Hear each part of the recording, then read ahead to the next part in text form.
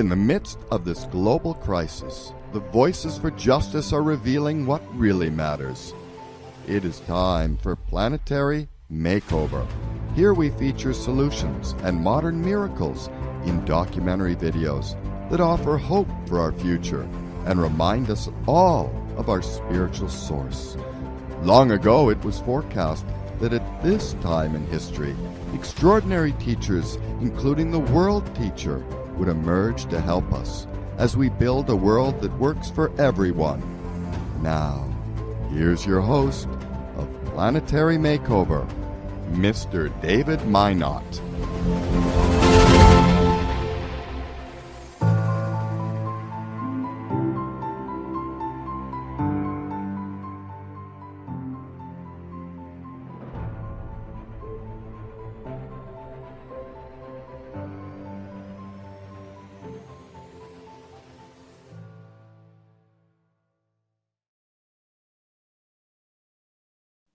Well, hello, everyone, and welcome back to Planetary Makeover. If you were with us 2 weeks ago on Martin Luther King Day, we had part one of Dick Larson's interview with, with McNair Ezzard. I get choked up just thinking about it, on the subject of death and dying, which might seem morbid, but actually it's not. And Mick Ezzard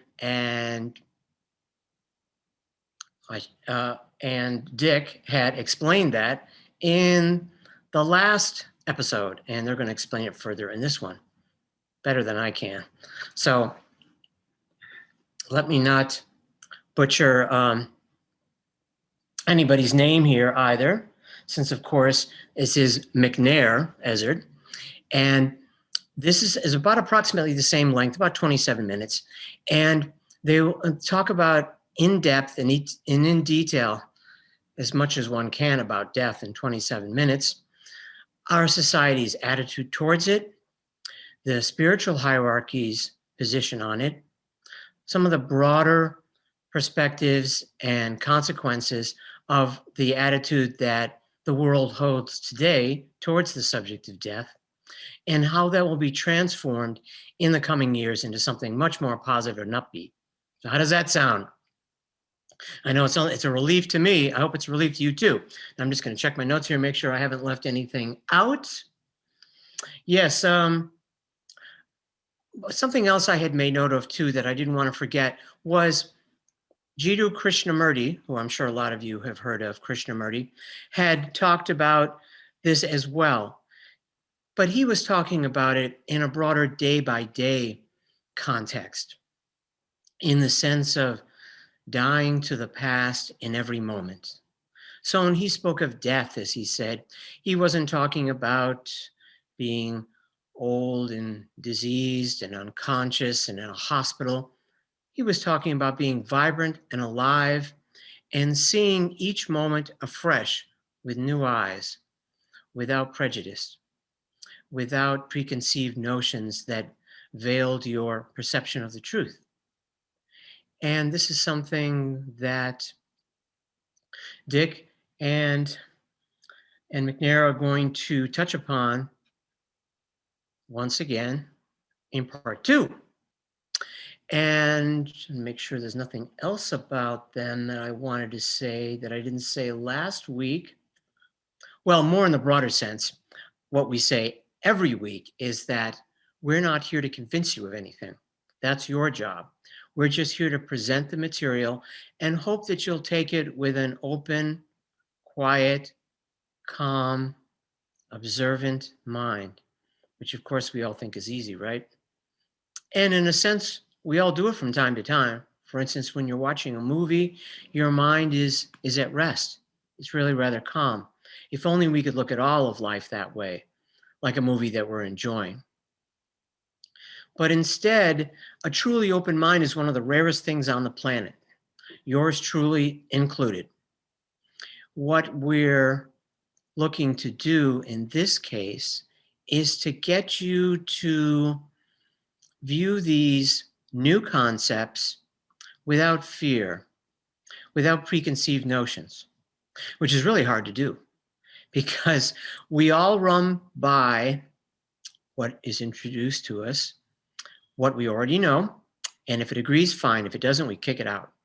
A lot of times we don't even think to ask, what did you mean by that? Or I don't have a context for that. Could you go into that a little further? Nope, we just shut it out because change makes us uncomfortable.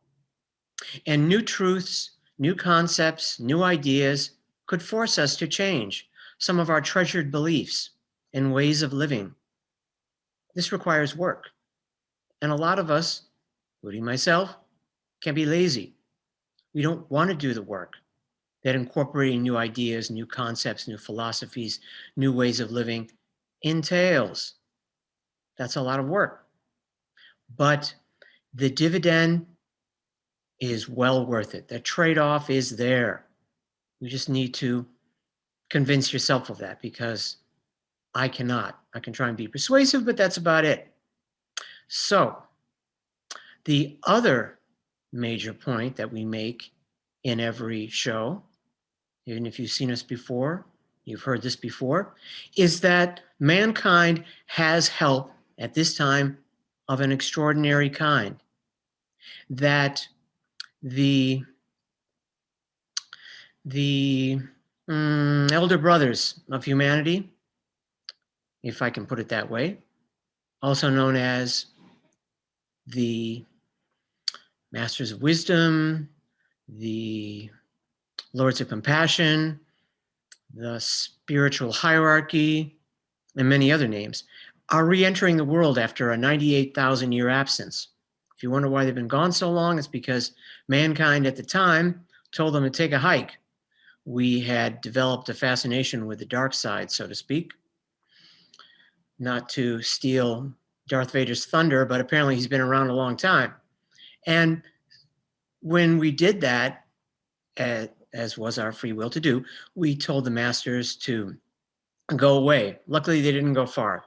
They went to all the remote spots of the world, the Urals, the Cascades, the Himalayas, the Rockies, the Gobi Desert, the Mojave, where they continue to influence humanity and direct us without interfering with our free will from behind the scenes of everyday life.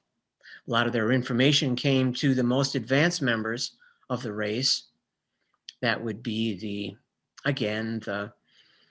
the Buddhas and Jesus, and Muhammad, and more recent times, Martin Luther King or Nelson Mandela, or to go backwards again, Joan of Arc or Abraham Lincoln. And even at that level, because we're not at the level of perfected human beings, the message was subject to misinterpretation. And misinterpret it and distort it, we did. But we fumbled along as best we could. But in our modern era, since nuclear energy was invented and nuclear weaponry along with it, the masters have decided that they needed to come forward sooner. They always knew they would. It was a part of their own growth to be able to exhibit their work, their power in both worlds simultaneously. And so they're coming back to help us today so that we don't obliterate the planet, which would throw not only us off, but the whole solar system. And we didn't come this far to blow it now, so have hope. So with that, I think, let me just check my notes real quick. I think I've covered most of what we need to look at before you see the video, which is a real treat, especially when you'll know that if you were here 2 weeks ago.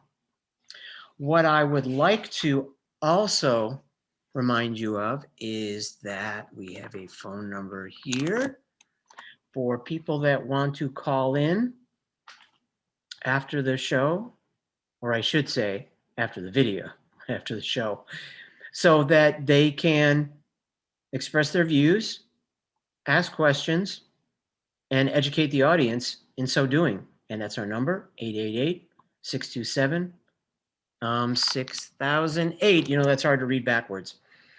And I'm going to repeat that when we're done with the video. because we want you all to call in if at all possible. And we'll talk more about what was covered in the video and what other questions it has provoked, both in the host, but more importantly, in the audience. And with that, let's roll the video.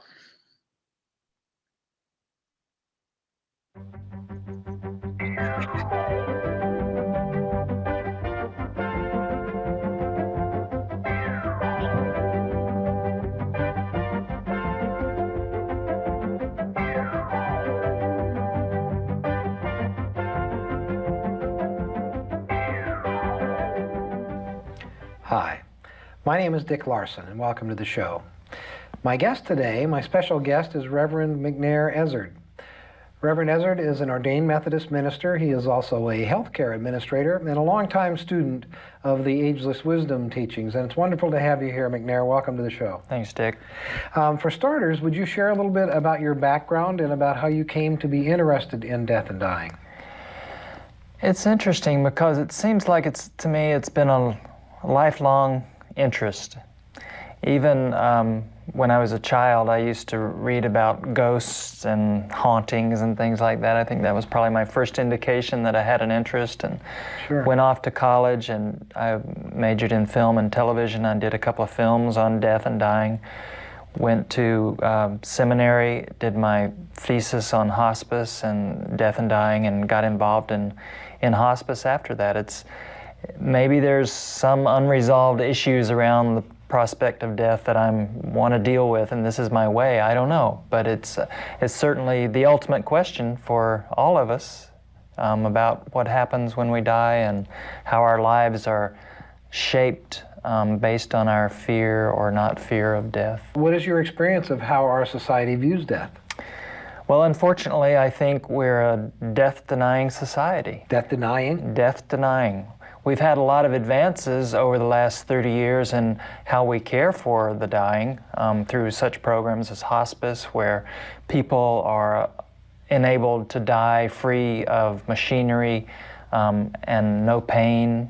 But basically, we still deny that death exists. We can see it in the way that we keep people alive in nursing homes, where quantity is much more important than quality. Quality of life. And in hospitals, where we keep people attached to machines, where if we would unattach those machines, the people would die and move on. We see it in our advertisements on television, the shows that people watch, which emphasize youth. Very seldom do we see senior citizens advertising products on television. It's all geared to youth and being alive and those sorts of things. We don't really take the time to think about death and what it means for our lives. So yeah, I would say we're definitely a death-denying society. Do you get the impression that most people think death is a bad thing then? If you're lying in pain and you've been suffering with cancer for months, even maybe a year or so, then death may not look like such a bad thing. Right. But if you're young, 30s, 40s, 20s, 50s, and you feel like you've got your whole life ahead of you, death could be seen as bad. It just depends on the person whether we would view it as good or bad. And every culture is different too. Different religions view death differently. So it's just a matter of the society and the people that make up that society. So death isn't necessarily viewed as bad then? Not necessarily. Do you think it's feared? I think it's feared. I think there's not only the fear of death, but there's also the fear of dying. You and I talked earlier before the show about we weren't necessarily afraid of death, but we're afraid of the process of dying, that we didn't want to be in pain, that we didn't want to die too young. That kind of issue is totally different than the fear of death itself. With the fear of death, we fear loss of our identity. We fear judgment. Say if we're deeply steeped in the Christian traditional teaching of heaven and hell, we fear judgment and that we're going to go to hell if we didn't live a good life. Right. Those sorts of things. Fear loss of our family and friends, loss of our identity. All these things are tied up with the fear of death. So there's a lot of fear around death. There can be, yeah. Yeah. Most of it Yeah. covered up that we're not even in touch with. Well, how did we get there? How did we get to the point where society is so preoccupied with the fear of death? I don't know that they're so preoccupied with it, but we're so focused on this identity as this body or this job or this house or this relationship. We identify with the things of this world, and we think that that's who we are. And this whole idea, and so we don't really even think about death, but when we're confronted with it, we could see very easily that we have a fear of death. When we lose a friend or we see a big calamity happen in the world and it hits home with us, we could come face to face with our fear if we're open to it. But it's really basically through our conditioning. It may be societal conditioning, but more importantly, I think it's through religious conditioning. That the church, especially in the West, the Christian church, has not taught us the truth about who we are. You know, we were all familiar with that teaching that we're sinners from the word go, that we're sinners, Original worms in the sin. dust, you know, and that we have no chance of ever getting out of that. Right. That's just the status of things. But we're not. We're much more than that. And according to the ageless wisdom teachings, which I've studied for a number of years, we are really spiritual beings, divine beings, children of God, if you will, that are here for a purpose and are on a long journey. So it's basically the conditioning, the teachings that we've been confronted with from our youth until now, and throughout the last 2,000 years has gotten us into this predicament of not really knowing what happens after death and not knowing who we are. Growing up in the Christian tradition myself, one of the things that I thought a lot about as a young person was the fear of death, because I hadn't lived as well as I could, as rightly as I could, and I was afraid to go to hell. Is there a hell? I don't think so. Not No? in the traditional way that we have of understanding hell. Hell is not a place under the earth where there's a devil and he stands there and there's fire. And there's fire and you spend the rest of your time there after you die. So no, there's not a hell. Hell, you can have hell on earth. There's many people who experience hell right here on earth. And depending on our desires and our state of consciousness, that creates our own life. We each create our own life situation. And the strength of our desires and where those desires are focused can create a hell for us.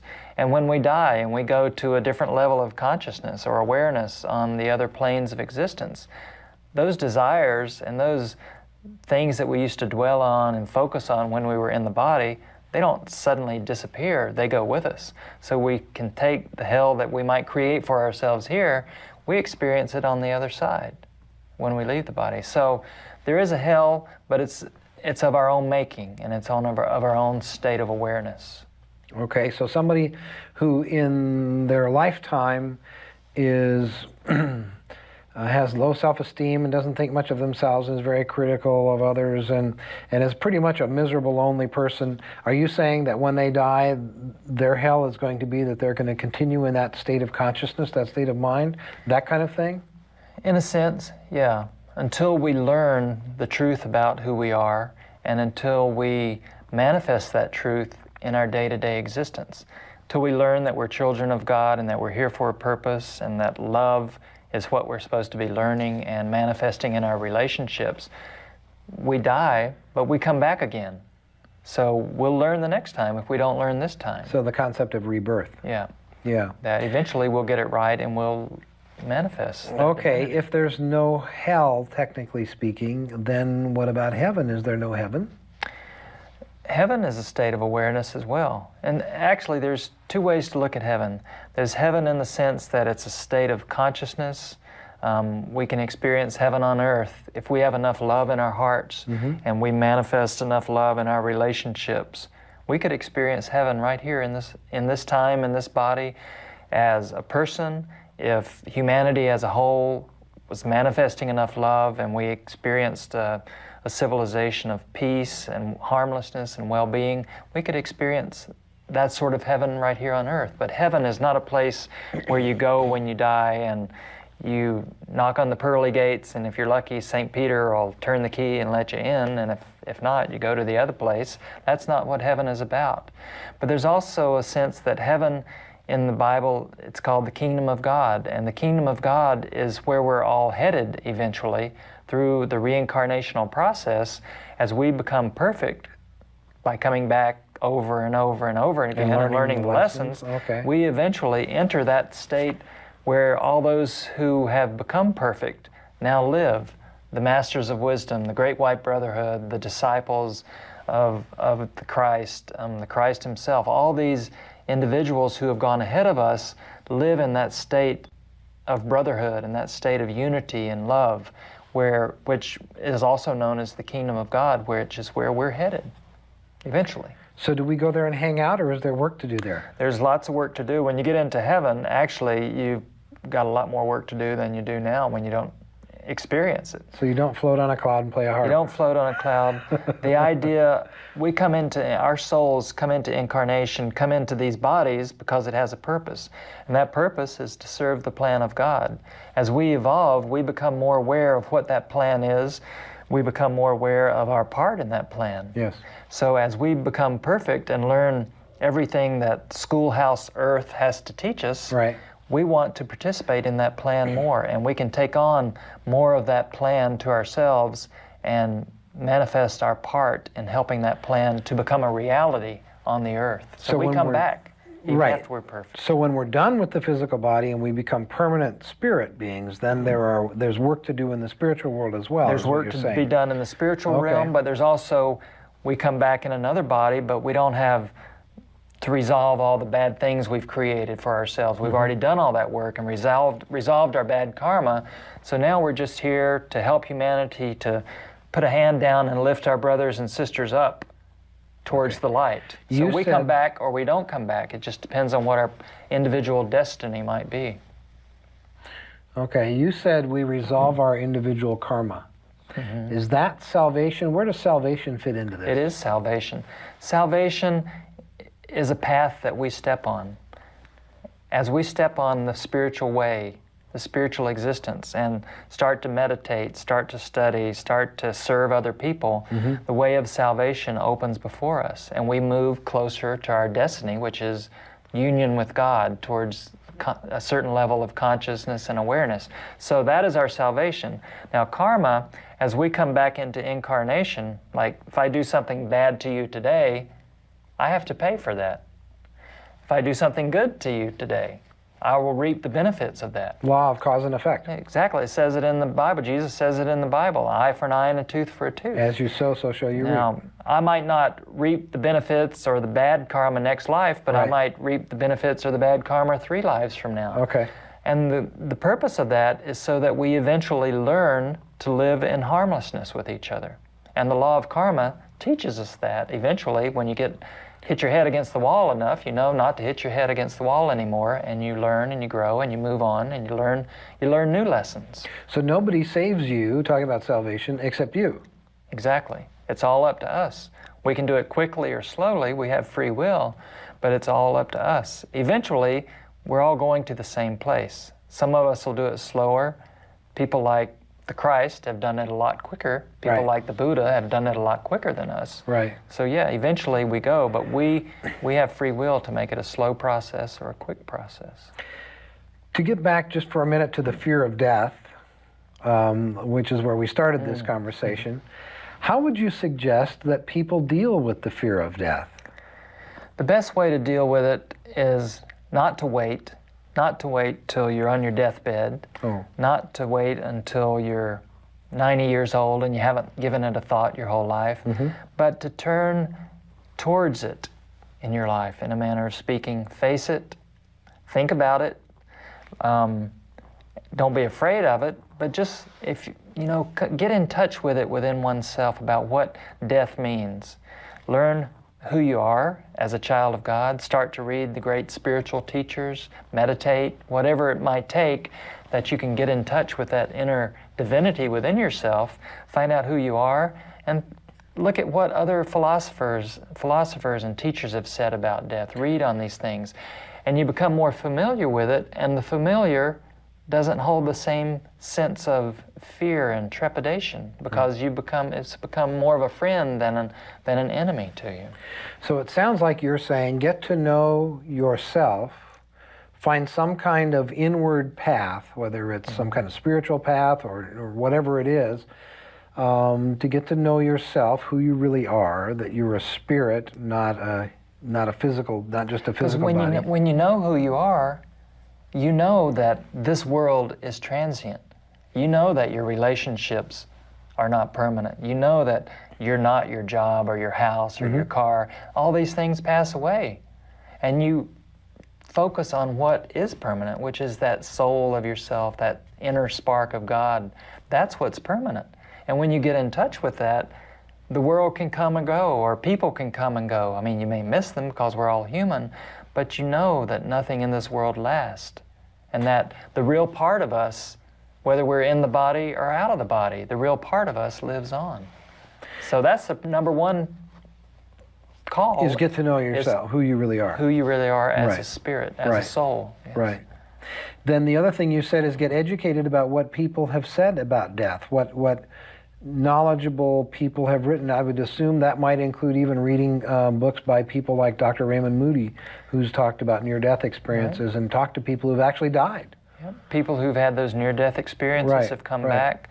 There's lots of more and more books out all the time now of research into this whole prospect of reincarnation and that sort of thing. All these things, I mean, there's a fellow professor at University of Virginia, Ian Stevenson, who's been doing research for years about where he goes to these countries, say India or Lebanon, and he interviews children who remember all these details about a previous existence, and he can verify that because the people of that previous existence for that child are still there, and they can name their parents, they can name where they live, their brothers or sisters, all these sorts of things that he has researched that these children talk about. So there's things like that that are going on, and other scientific studies which are proving more and more that there's more to life than just this physical world that we see, that there is a consciousness within us that has a life outside of this body.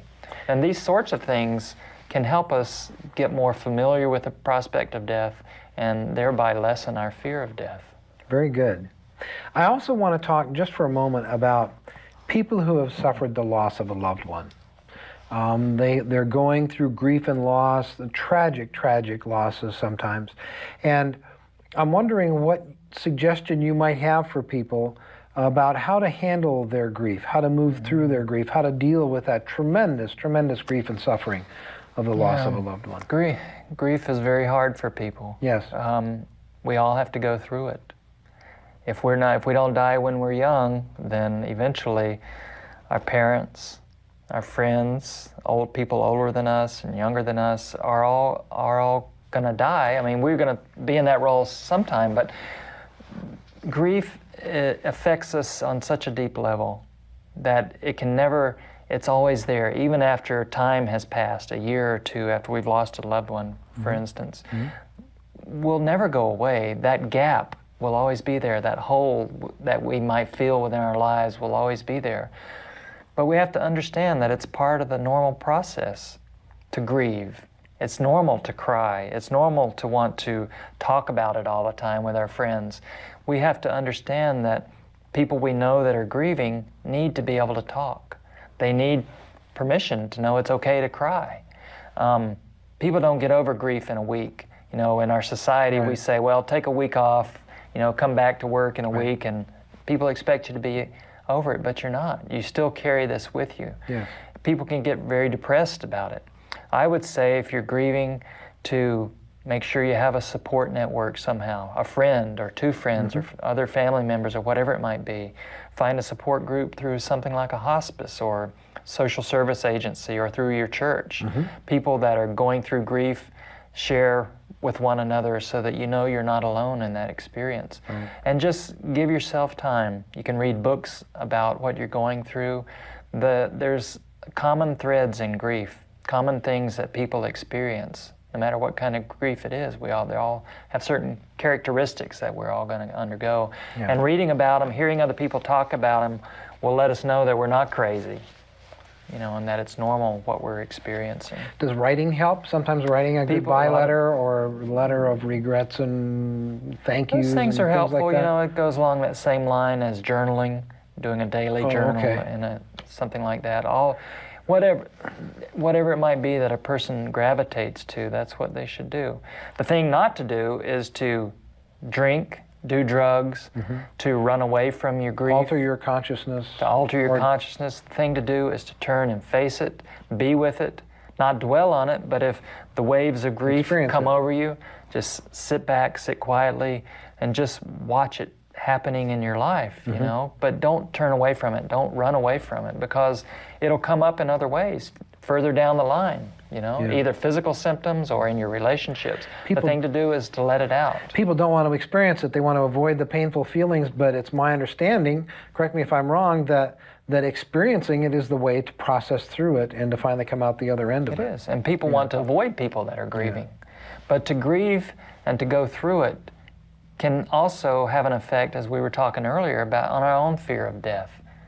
We can see all this process of life, of death, of grief as a normal thing. It's what it means to be human in this body, and we all have to go through it. And if reincarnation is to be believed, we've all gone through it thousands of times. We don't remember it, but we have. McNair, let's talk about the future.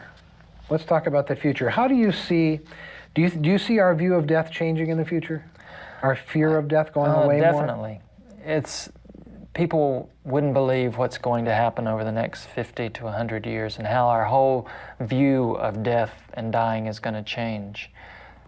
In the world right now are a great group, if you will, of spiritual teachers called the Masters of Wisdom.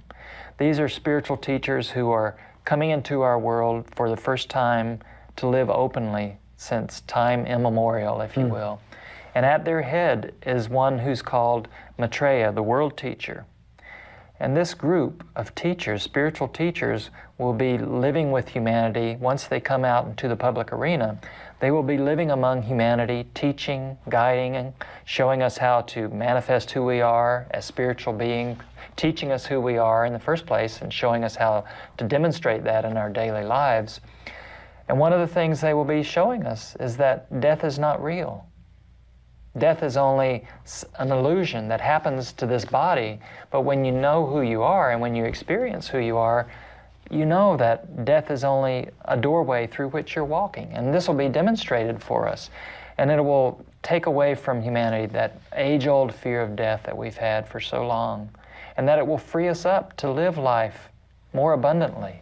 My first thought is, will I live long enough to hear this teaching and to feel this sense of relief?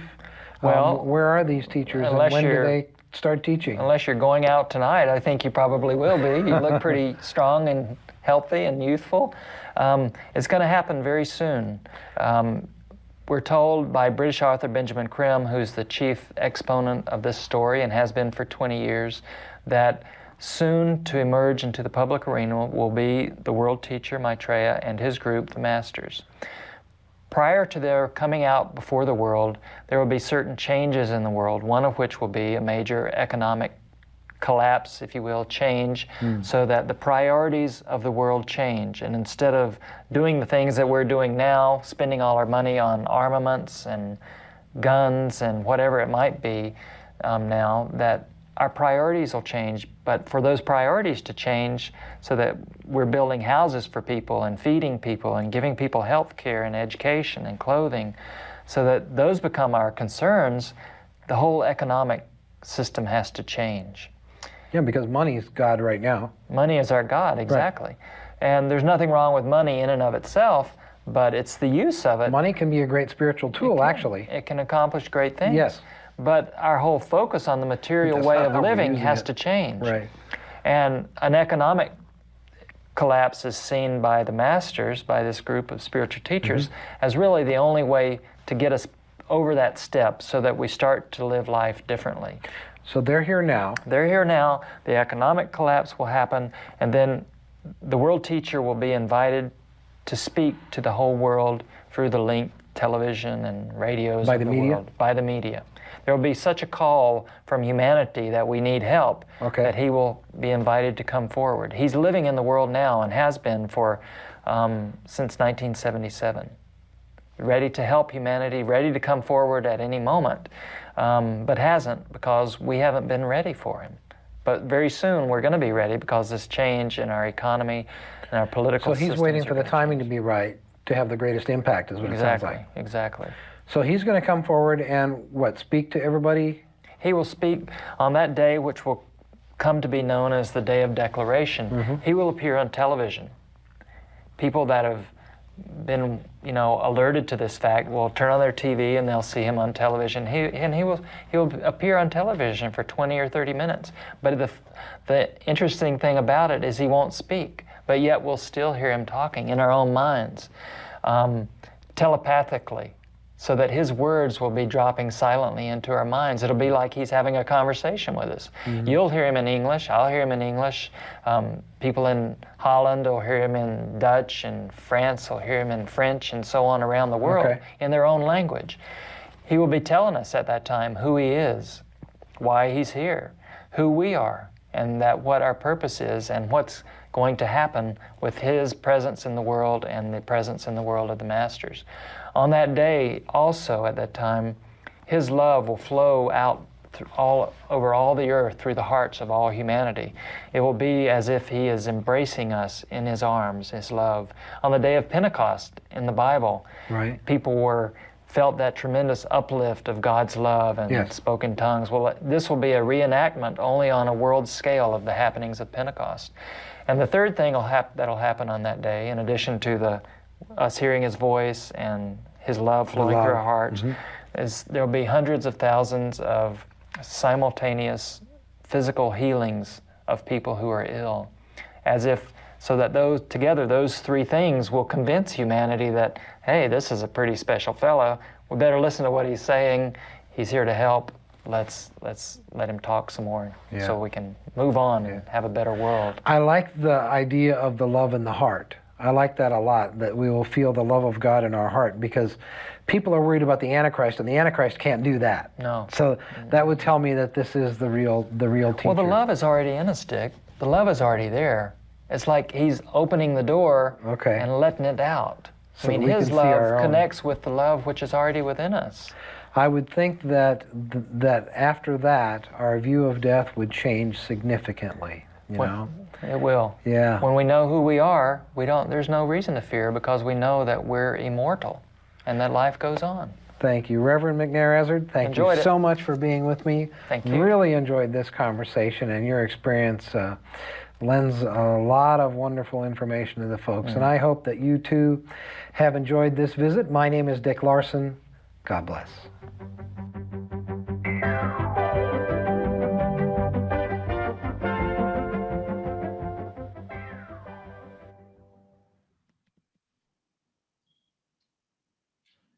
Well, that was an amazing piece, wasn't it? And I hope that you'll have plenty of questions, so you won't leave me here to talk down the time till we run out of it. I wanted to touch upon some of the things that they had mentioned, both Dick and McNair. And one of them was, I remember Dick asking McNair, is there a hell? And McNair said, no, not really. And I can remember Krishnamurti years ago saying that hell was the fruit of Christianity. And I know that Benjamin Creme, who wrote so many books here in the modern era between the late 70s and 2015 or so, I think is when his last book came out, 2014. He talked about the subject. He touched upon that and had said that pretty much the same thing. There is no hell. There is a purgatory, so to speak, but that everything in the universe is eventually renewed. And that it may take millions of years, but eventually everyone's going to get, and everything is going to get purified. One of the other things I made note of I talked about heaven, but only briefly. My understanding is, from my esoteric sources, is that there is sort of equivalent of the Christian idea of heaven in between lifetimes. The soul hangs out in bliss and everything's wonderful, and eventually your number comes up and you're back again. And you only come back until you have perfected yourself, till you're a perfected human being, and then you're a master of wisdom too. The earth school has nothing more to teach you, and you don't have to return anymore. I'm just checking here to see if we got any callers in. And I understand they're streaming the phone number across the screen. So we hope you'll take advantage of that and call in so I can listen to you talk instead of listening to myself talk. And what else did they mention? Oh, about seeing loved ones again, because, that's really important to some people.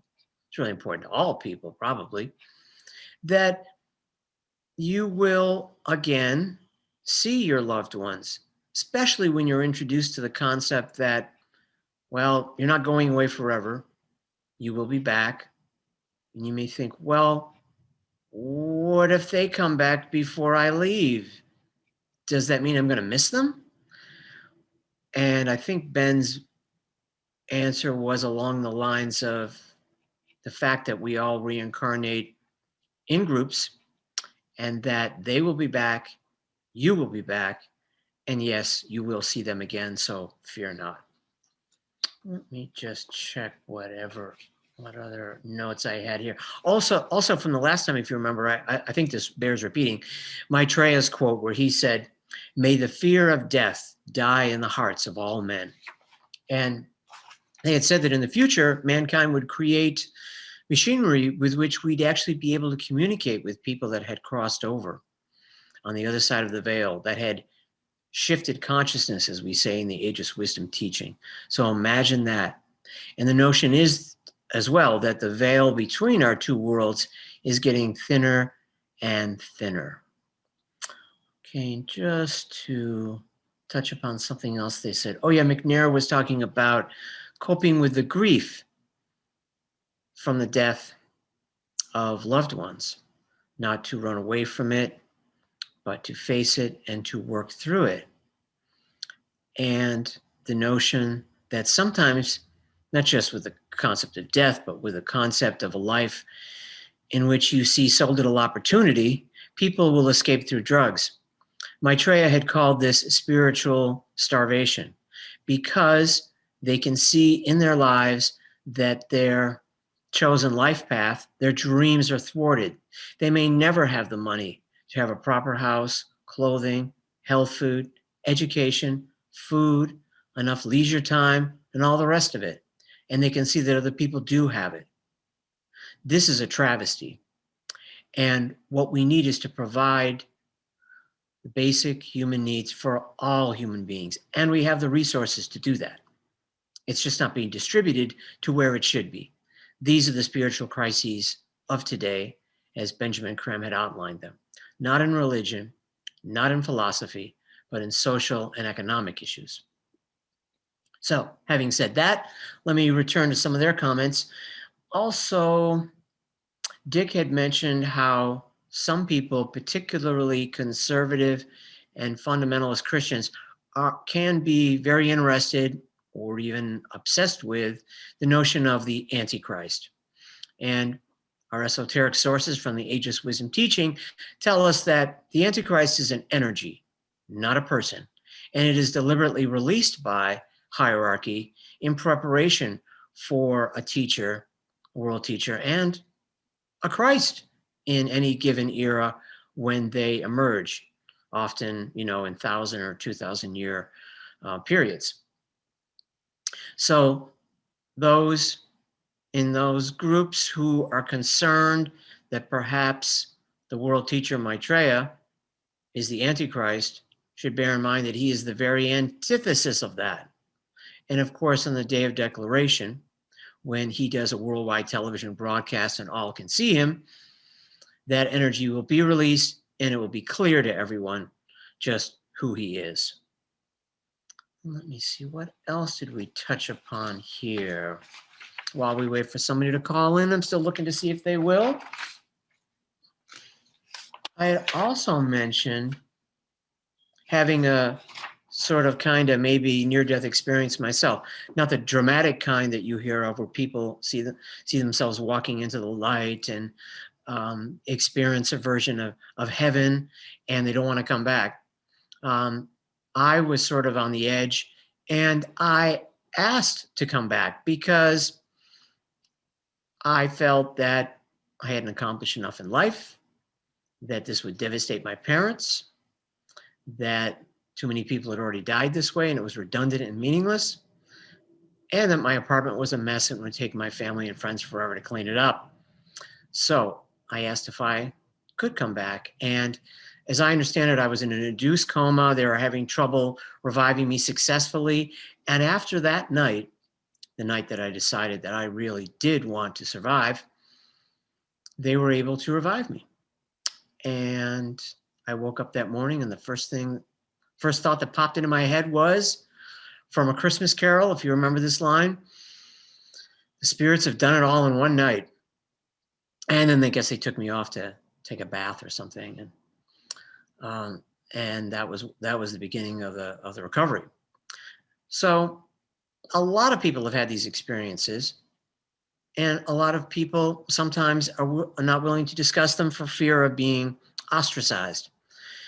But we know from our own ancient knowledge and memories that this is not the end of our existence when we die here. It's simply the shifting of consciousness, as we say in the Ageless Wisdom teaching. The body, which is merely a vehicle, wears out, but the consciousness continues. They say that there's 3 permanent atoms that survive the death of the physical body. I think one is for the physical record, one for the mental, and one for the emotional, and that's carried over into the next lifetime.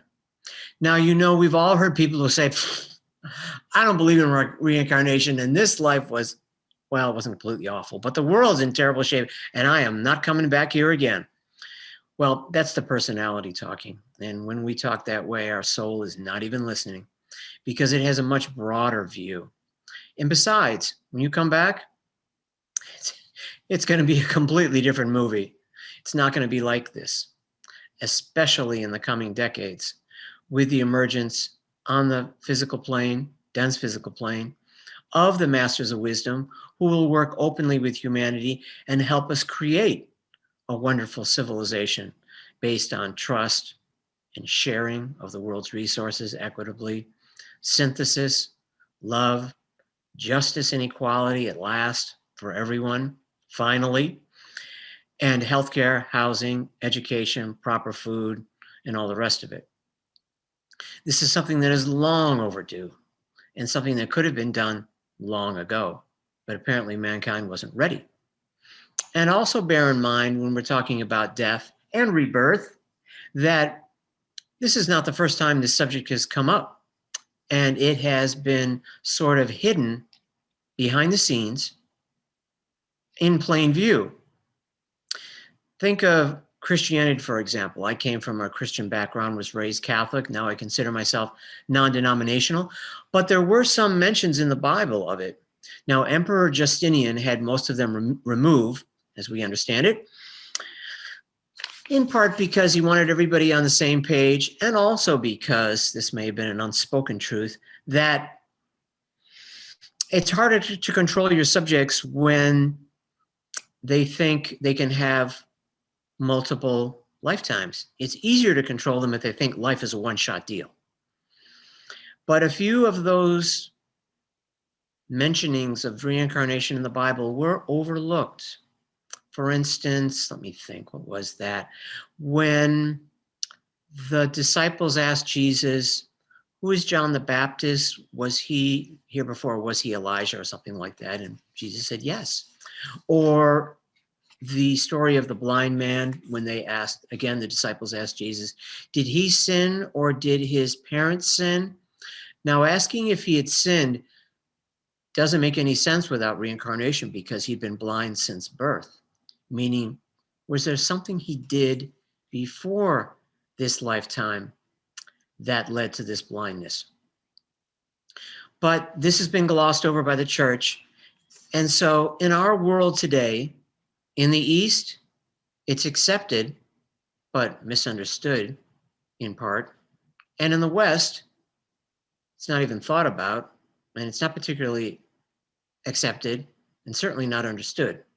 But let's return to the East for a moment, with the idea that perhaps in some cultures, that when people are born in poverty, it was because of something they did in a previous life, which of course is nonsense, the whole caste system and all the rest of it, which also belongs on the dustbin of history where soon it will be relegated. Here in the West, we don't seem to grasp it much at all. If you bring it up, a lot of people say, you believe in that? You believe in reincarnation? And it's almost as if people want to get a grasp of it, but haven't the background. And what you can do is provide that for people. You can provide the context and the hope so that people know that there is life beyond life. And my wish has been granted at last. We have 2 callers. So why don't we take Silito first from Seattle? Silito on line 4. Hello, Silito. Hey, David. How are you? I'm great. And yourself? Doing all right. Great topic. Thank Talking you. about death and reincarnation. I came in late. Was there any discussion about these young child geniuses who are like at 3 years old? They're so accomplished. I've always thought that that's because they were mastering their craft, whatever that is, painting or music, in the prior life. Yes. Was there Yes, discussion indeed. about that? And I did neglect to mention that. And thank you so much, Silito, for bringing that up. I know that McNair and Dick did not touch upon child geniuses. They did talk about children with memories. But I know that Benjamin Krem had, I believe it was him who talked about Mozart and said that he was a well-known and accomplished musician in several lifetimes prior to being Mozart, which is why he was writing sonatas at age 10 or 12. So yes, that's a very valid subject. People will say, oh, he's really gifted. And in my take on it, I say, he's not gifted. He worked really hard for that in several previous incarnations. Did you have a particular example that you were fond of that you wanted to mention, Silito? Oh, there's just so many amazing, with the internet now and YouTube, you see these very, very young children in front of huge audiences performing so remarkably. And you just wonder, how does that happen? So many young people. So, and I appreciate what you're saying. What occurred to me, I was talking to my cousin yesterday. He lives in a very old house, and he suspects there's a ghost. Well, he knows there's a ghost in this house. And I told him, well, why don't you introduce yourself to the ghost? And he didn't know what to make of that. I thought it was perfectly rational. Let the ghost know they got friends. But any esoteric perspective on what a ghost is and why a ghost exists? Well, I can comment on that briefly. You've got one other caller, and I've got 2 minutes, so I won't have much time. But I have heard before that they're entities that are sort of trapped between worlds. They don't know that they're dead. They're mad that they're dead. They don't want to let go. And I've been in haunted houses before, and it's definitely creeped me out. I've been warned in advance, usually. No, every time I was warned in advance.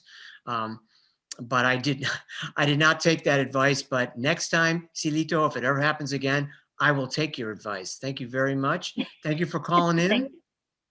And Sue from Sacramento.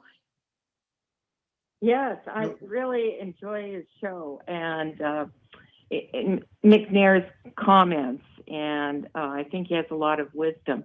What I'm interested in is, what age were you when you had that near-death experience, and how has it been for you these years since? Okay, and I will answer this quickly too, because I've only got a minute left. And that I was age 39, so that was 22 going on 23 years ago, and it was a wake-up call. Made me sit up and take notice, and clean up my act and get more focused with life. And there were three things that came to me when I woke up. One of them was, number one, none of us is alone. If you think you are, you're delusional.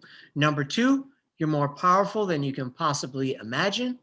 And number three, we're all loved beyond our capacity to comprehend. So it was a wake-up call and a kick in the pants, and I think it made my life for the better, improved it going forward.